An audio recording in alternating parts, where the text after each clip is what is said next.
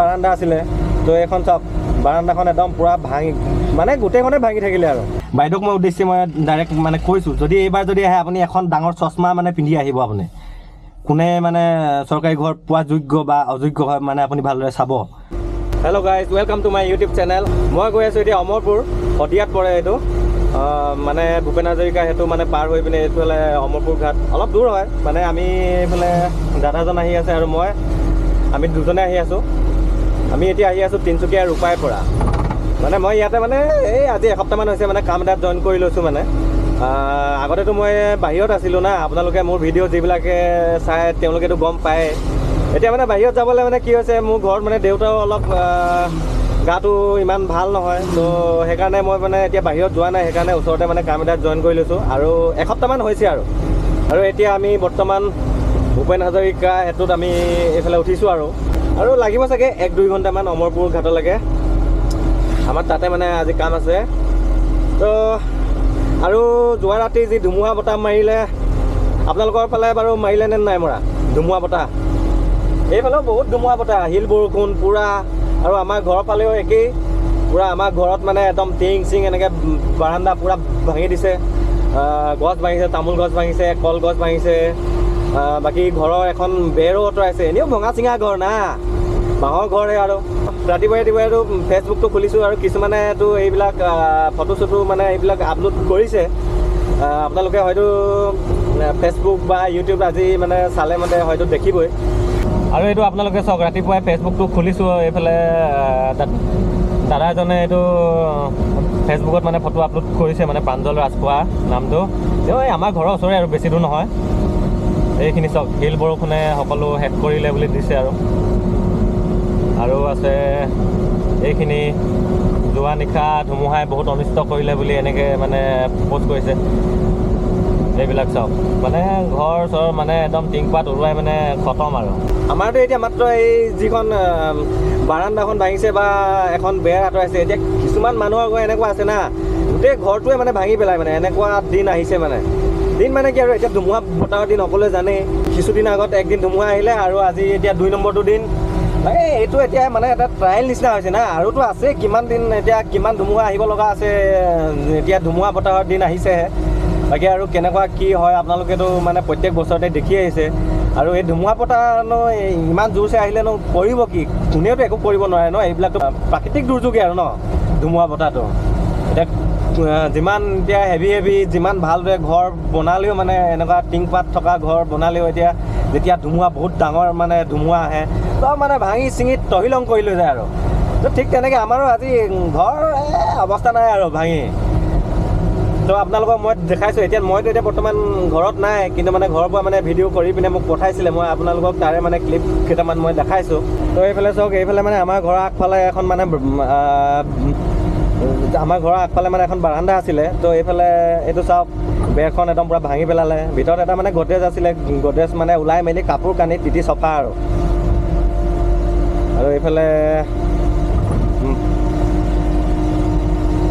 এইফালে মানে পাছফালেও এখন বাৰান্দা আছিলে। তো এইখন চাওক বাৰান্দাখন একদম পূৰা ভাঙি মানে গোটেইখনে ভাঙি থাকিলে আৰু এইফালে এডাল মানে কাৰেণ্টৰ কেবুলডাল আছিলে, কাৰেণ্টৰ কেবুলডালো ছিঙি গ'ল। মানে এক হিচাপত মানে বাৰান্দাখন ভাঙি পিনে মানে ভালেই হ'ল কাৰণ চাওক যেতিয়া মানে ধুমুহা বতাহটো আহিলে মানে বাৰান্দাখন যেতিয়া ভাঙি গ'ল তেতিয়া মানে টিংখিনিয়ে মানে অলপ মানে যিটো ধুমুহা বতাহটো মানে ৰখাই দিলে না। তো সেইকাৰণে মানে আমাৰ তাৰমানে মেইন যিটো ঘৰ মানে সেইটো মানে ইমান অনিষ্ট নকৰিলে আৰু কিন্তু ওপৰত মানে টিংপাত অলপ এৰিলে। কিন্তু যদি বাৰান্দাখন যদি ভাঙি টিংখিনিয়ে যদি অলপ মানে বতাহটো ৰখাই নিদিয়া হ'লে মানে হয়তো মেইন ঘৰটো হয়তো ভাঙিলেহেঁতেন।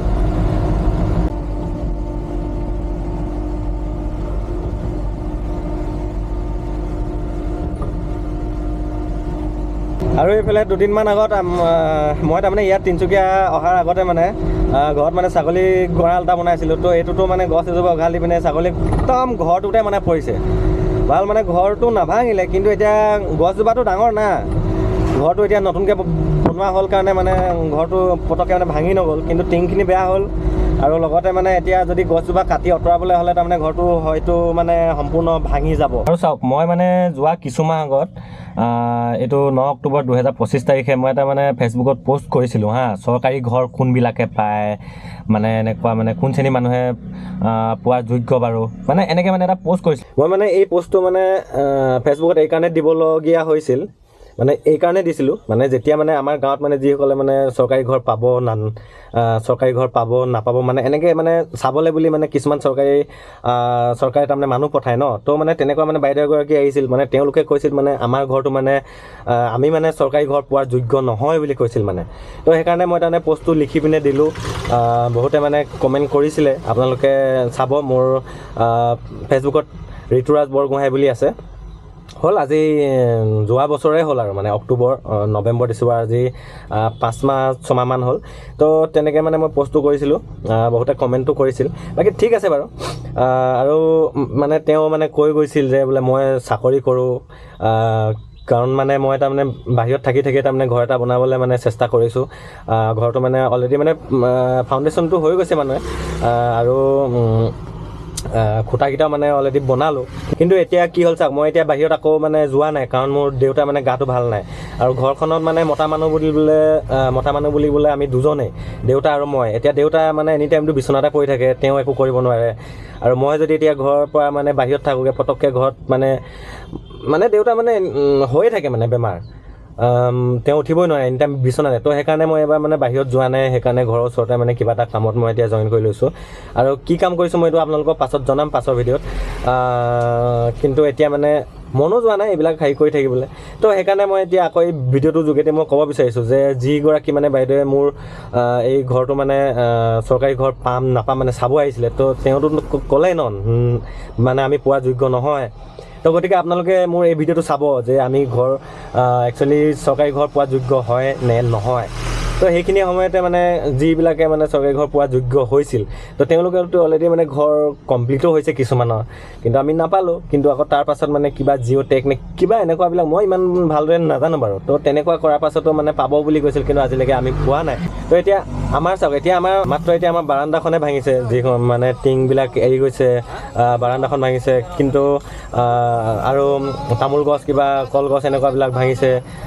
ছাগলী ঘৰটো মানে আৰু এটা কথা, ছাগলী ঘৰটো মানে এতিয়া আমাৰ মাহঁতে মানে এই লাখপতি বাইদেউ 10,000 টকা পাইছিলে না কিবা কিবি মানে পুহিবৰ কাৰণে।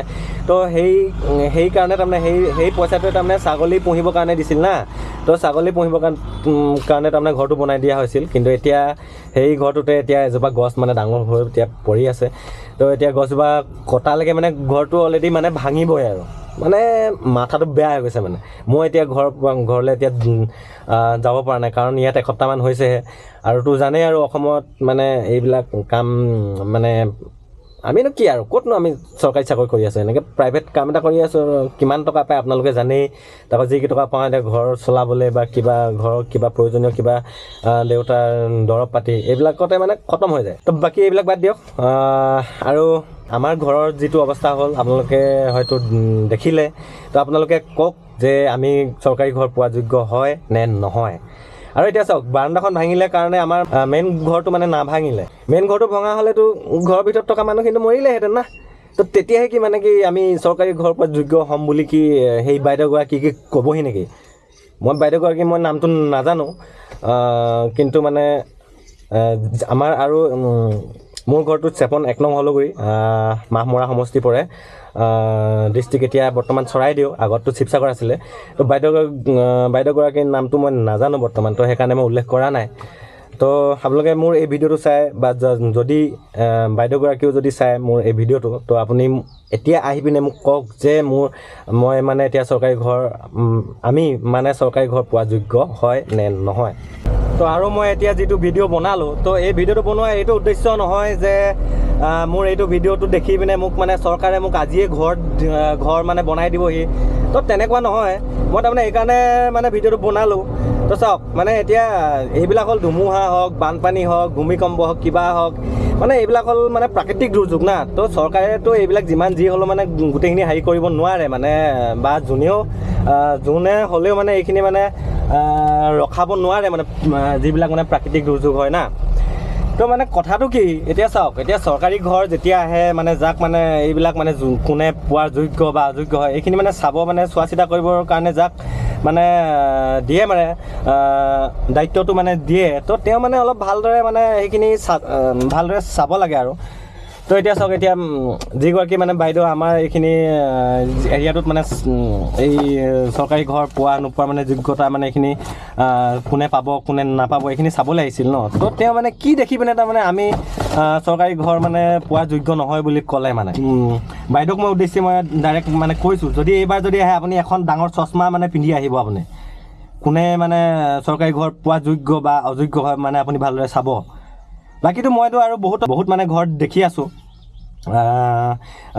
এতিয়া আমাৰ ঘৰটো মানে যিমানখিনি মানে যেনেকুৱা ন মানে তাতকৈ মানে বহুত ভাল ভাল মানে ঘৰ থকা মানুহেও তাৰমানে আকৌ চৰকাৰী ঘৰ পাইছে মানে তো সেইখিনি কথা ক'বলৈ নাযাওঁৱে তো আপোনাক মই সেইকাৰণে মই ডাইৰেক্ট কৈছোঁ যদি এইবাৰ যদি চাবলৈ আহে ন আপুনি ডাঙৰ ডাঙৰ এনেকুৱা চশমা মানে গ্লাছ লগা চশমা পিন্ধি আহিব ভালদৰে তো এইটোৱে আছিল আজি মোৰ ভিডিঅ' বাকী আৰুতো বহুত মানুহৰতো অনিষ্ট হৈছে না এইবিলাকতো এতিয়া যাৰ মোবাইল আছে বা মই এতিয়া মোবাইলেৰে মানে ভিডিঅ'টো বনাই পিনে ছ'চিয়েল মিডিয়াত দিছোঁ যিবিলাকে চাইছে সেইখিনিহে এতিয়া আমি দেখিছোঁ বা এতিয়া কিছুমানেতো দিয়া নাই তো সেইবিলাকতো আমি দেখাই নাই আৰু আমাৰতো এতিয়া বৰ্তমান মাত্ৰ এই বাৰাণ্ডাখন ভাঙিছে বা কিবা হৈছে বা বাৰাণ্ডাখন ভাঙি ঘৰটো অন্তত মানে ভগৱানে বচালে ঘৰটো ভঙা হ'লেতো ঘৰত থকা মানুহখিনিতো গোটেইখিনি সেইটোৱে আৰু কি ক'ম আৰু বাকী আৰু বহুতৰ আৰু যে কিমানৰ মানে এইবিলাক মানে অনিষ্ট হৈছে সেইখিনিতো নকওঁৱে বাকী যাৰ হৈছে তেওঁলোকেহে গম পায়